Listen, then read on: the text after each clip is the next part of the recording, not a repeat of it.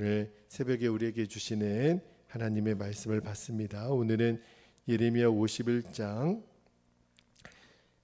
20절에서 26절까지 말씀을 함께 받도록 하겠습니다.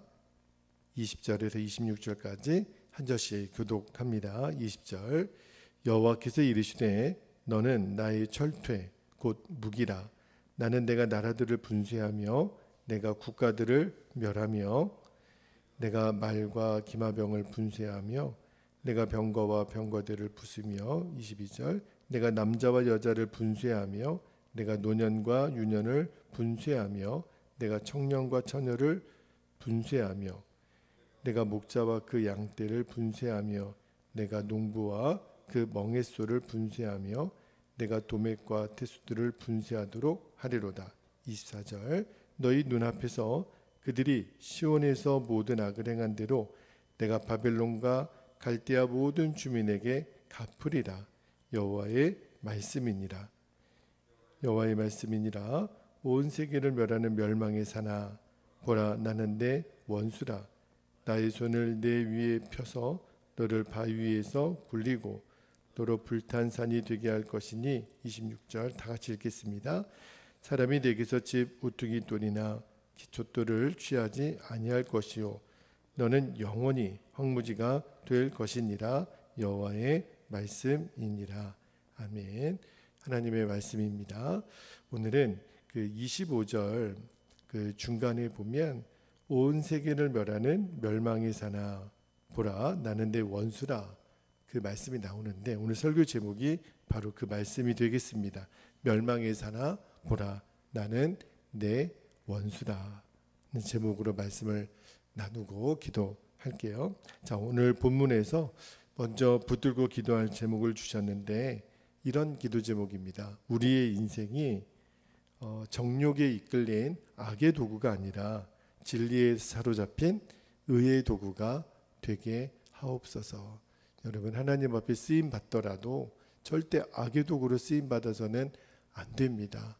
우리는 의의 도구로 쓰임 받아야 돼요. 오늘 우리가 읽은 예레미야 51장 20절에서 26절까지 말씀을 보면 하나님이 온 세상을 심판하는 도구로 바벨론이라고 하는 철퇴를 병기로 쓰시겠다. 그렇게 말씀하시면서 결국에는 그 바벨론 또한 심판을 받게 될 것이다 라는 말씀을 하고 계세요. 자, 먼저 20절 말씀을 다시 한번 볼게요. 20절에 여호와께서 이르시되 너는 바벨론입니다. 나의 철퇴 곧 북이라. 나는 내가 나라들을 분쇄하며 내가 국가들을 멸하며. 여기 너는 나의 철퇴 곧 무기라. 하나님 바벨론을 계속해서 열방의 심판의 도구로 쓰신다는 표현이 나와요. 그리고 분쇄한다라는 말이 있잖아요. 이거는 완전히 갈아 없애버리는 거거든요. 그러니까 그 멸망의 도구로 하나님이 바벨론을 쓰시는데 많은 무기 중에 철퇴를 쓰신다는 거예요. 여러분 철퇴가 아시죠? 커다랗게 생긴 뾰족뾰족한 공같이 생긴 걸로 막 돌려서 때려 부시는 도구 철퇴 있잖아요. 그러니까 그 철퇴가 상징하는 게 뭐예요? 파괴하고 부수고 살육하는, 계속 분쇄한다라는 말을 반복해서 쓰잖아요. 그래서 하나님이 그 바벨론을 철퇴같이 범죄한 유다와 온 열방을 심판하는 도구로 쓰시겠다라는 거예요. 그런데 하나님은 바벨론을 심판의 도구로는 쓰시지만 성경에 가만히 보면 하나님이 그 도구로 쓰신 바벨론을 기뻐하셨다라는 표현이 없어요. 여러분 도구도 다 똑같은 도구가 아니거든요. 오히려 바벨론은 하나님이 도구로 쓰셨지만 그들이 교만했고 결국은 오늘 25절 말씀에 그랬잖아요. 하나님의 원수가 됩니다. 그들이 군사력과 재력을 의지하여 오히려 열방을 너무 악하게 그 죄를 저지르는 바람에 결국은 바벨론도 하나님 앞에 심판과 징계의 대상이 된다라는 말씀이에요. 여러분 말씀을 묵상하면서 하나님은 하나님의 일을 사람을 통해서 이루시잖아요. 다시 말하면 어느 누구를 도구로 써서 하나님은 하나님의 일을 감당케 하시는데 다 똑같은 도구가 아니라는 거예요. 어떤 사람은 악의 도구로 쓰임 받고 어떤 사람은 의의 도구로 쓰임 받는데 우리가 왜 악의 도구로 쓰임 받겠습니까? 이왕 하나님 앞에 쓰임 받을 거면 의의 도구로 쓰임 받게 되기를 축복합니다. 그렇죠? 여러분, 때로는 하나님이 교회도 성도도 심판하시는 도구로 철퇴와 같은 그런 도구를 들어 우리를 징계하실 때가 있죠. 그런데 하나님은 또 어떤 사람을 도구로 쓰시냐면 우리가 지금까지 읽은 성경의 이름이 뭐예요? 예레미야잖아요. 왜 예레미야예요? 예레미야 선지자가 쓴 책이기 때문에 그래요. 하나님은 예레미야도 하나님의 도구로 쓰십니다. 어떤 도구로 쓰셨죠? 하나님은 이스라엘 백성들을 하나님의 뜻대로 말씀대로 바른 길을 가도록 그러한 조언을 하고 또 책망도 하고 위로도 하는 도구로 예레미야를 쓰셨어요. 어떤 때는 예레미야가 아무리 말을 해도 사람들이 듣지 않으니까 그는 눈물이 양식이 되었던, 그래서 예레미야의 별명이 눈물의 선지자거든요.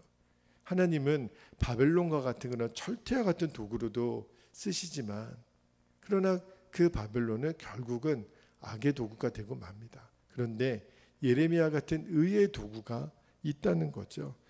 여러분, 말씀을 묵상하면서 내 스스로 그 죄와 탐욕에 사로잡혀서 결국은 하나님의 회초리로는 쓰임 받았을지 모르겠지만 결국은 나중에 하나님께 버림받은 인생이 되면 또 그처럼 허무한 인생이 어디 있겠어요. 그래서 하나님의 말씀을 묵상하면서 주셨던 마음이 뭐냐면, 준철아, 늘 일의 결과를 바라보지 말고 동기를 생각하라. 여러분, 하나님은 우리의 심령을 감찰하시는 분이라고 그랬거든요. 그러니까 우리는 늘 되어지는 결과가 좋으면 그러면 좋을 거라고 생각하지만 하나님은 아니라는 거예요.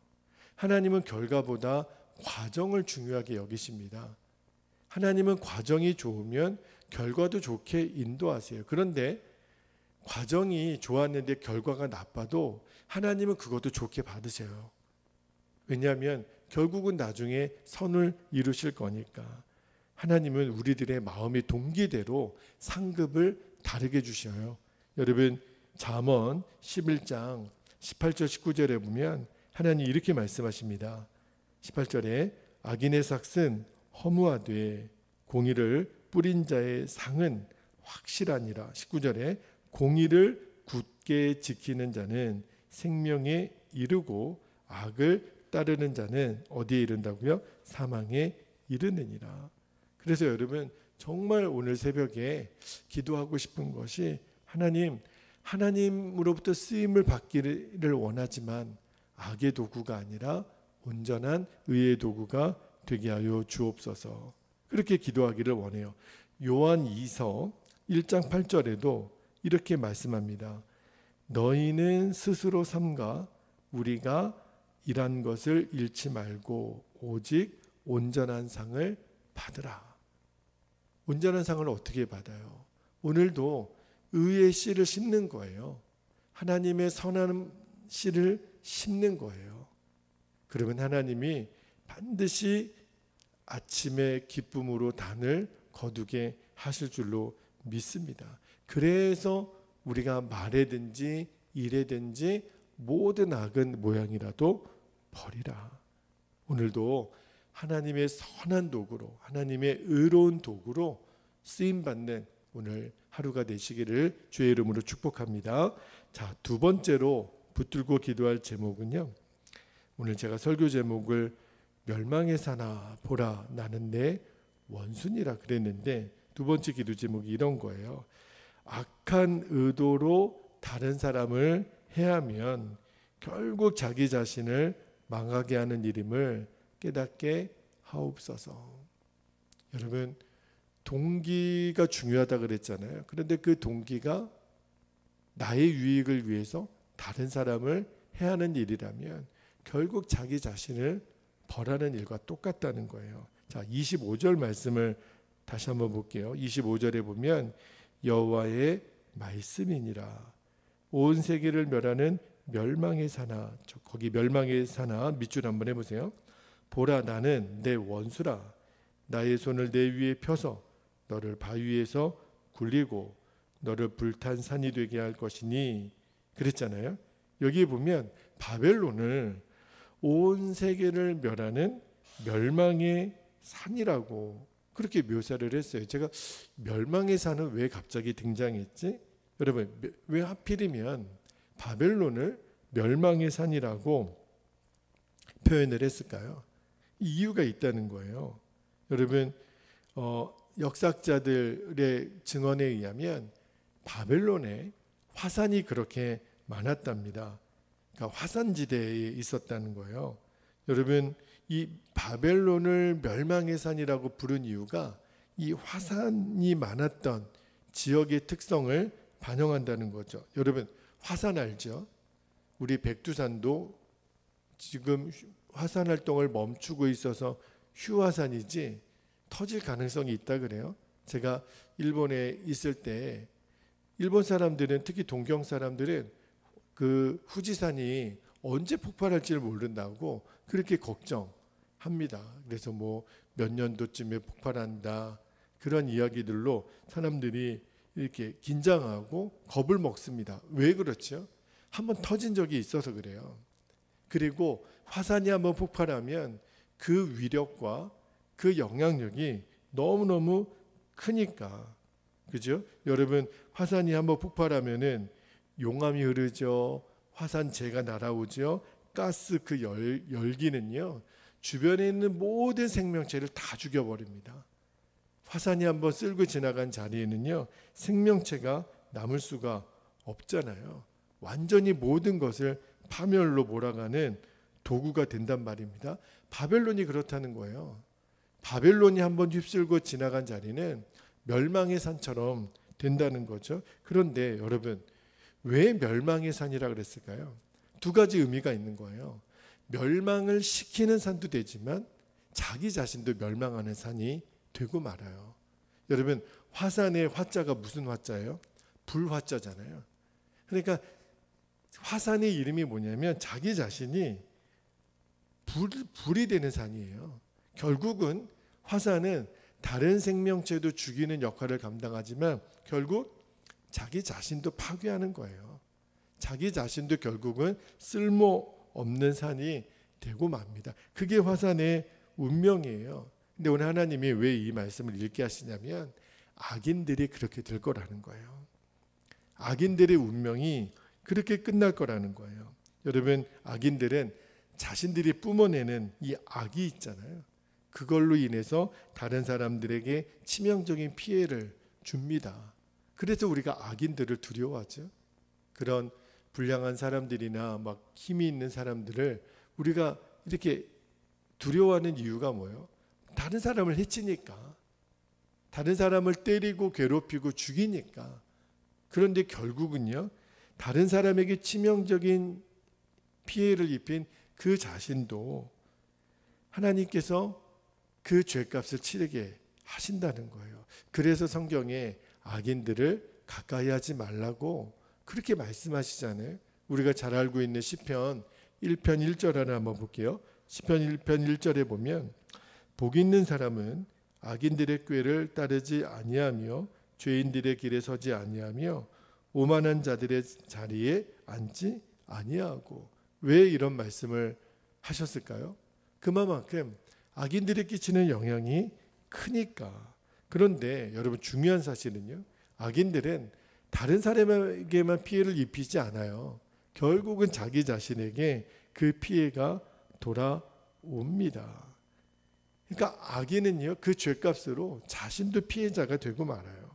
그러니까 악인은 다른 사람도 자기 자신도 다 파멸로 이끌어가는 거예요. 그래서 시편 34편 21절에 보면 하나님이 이렇게 말씀하십니다. 악이 악인을 죽일 것이라. 의인을 미워하는 자는 벌을 받으리로다. 여러분, 악인은요, 다른 사람을, 특히 하나님의 백성들, 주의 몸된 교회를 핍박하잖아요. 미혹하잖아요. 이간질시키잖아요. 그래서 다른 사람들을 어렵게 만들고 고통스럽게 만들지만 궁극적으로는 그 악인 자신에게 파멸을 초래하게 됩니다. 그게 무서운 거예요. 사울 왕이 대표적으로 그랬죠. 여러분, 사울이 타락하고 나니까 미친 왕이 돼버리고 말잖아요. 악정을 행합니다. 이제 눈에 보이는 게 없어요. 하나님도 두려워하지 않으니까 모든 나라를 엉망으로 만들잖아요. 그러니까 백성들이 고통을 받죠. 그리고 사울 왕은요, 한 사람 죽이려고 평생을 허비했던 사람이에요. 누구요? 다윗을. 그래서 다윗이 말할 수 없는 고통을 당했지만 결국은 사울 왕이 저질렀던 악정과 다윗 한 사람 죽이려고 쏟아부었던 그 죄값을 결국 자기 자신이 받아요.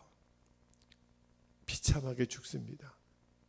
그리고 성경은 그가 스스로 목숨을 끊었든지 옆에 있는 군인을 통해 나를 찌르라고 시켰든지 결국은 비참하게 사울 왕이 그의 인생의 마지막을 맞이하잖아요.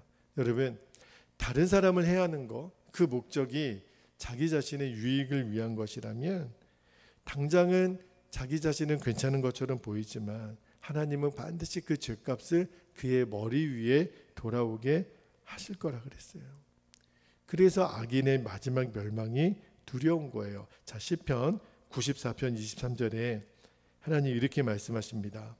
그들의 죄악을 그들에게로 되돌리시며 그들의 악으로 말미암아 그들을 끊으시느니 여호와 우리 하나님이 그들을 끊으시리로다. 하나님이 반드시 악인들을 심판하시겠다는 거예요. 지금은 모르죠. 자기가 이겼다고, 자기 뜻대로 됐다고, 내가 원하는 대로 다른 사람이 내 앞에 무릎 꿇게 만들었다고 그의 인생이 정말 복이 있을까요? 아니에요. 다른 사람을 해하고 망하게 한 그가 결국은 하나님이 끊어내시는 심판을 당하고 맙니다. 오늘 이 말씀을 기억해야 돼요. 그래서 지금 우리가 어떤 악인으로부터 공격을 당하거나 그런 어려움을 당한다고 해서 그렇게 낭망할 필요가 없습니다. 하나님이 그를 심판하세요. 하나님이 끊어내신다 그랬거든요. 그러면 그 말씀을 듣는 우리는 어떤 교훈을 삼아야 될까요? 나도 내 안에 있는 악을 끊어내는 일을 부단히도 해야 됩니다. 그래서 바울이 나는 날마다 죽노라 그랬어요. 그 말이 무슨 말이에요? 나는 왜 날마다 무슨 칼을 가지고 내 몸을 자해한다는 말인가요? 아니에요. 나는 날마다 죽노라, 이 말은 나도 내 안에 있는 악을 끊어내는 거예요.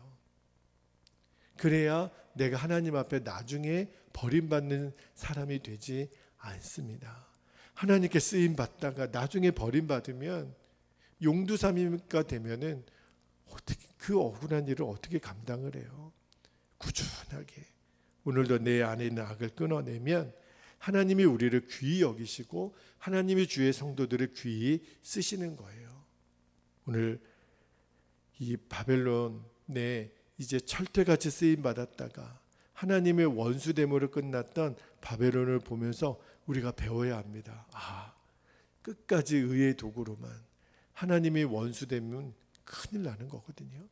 하나님, 우리를 끝까지 하나님의 의의 도구로 쓰임받는 도구가 되게 하옵소서. 그렇게 기도할 수 있게 되기를 축복합니다. 자, 이제 함께 기도하겠습니다.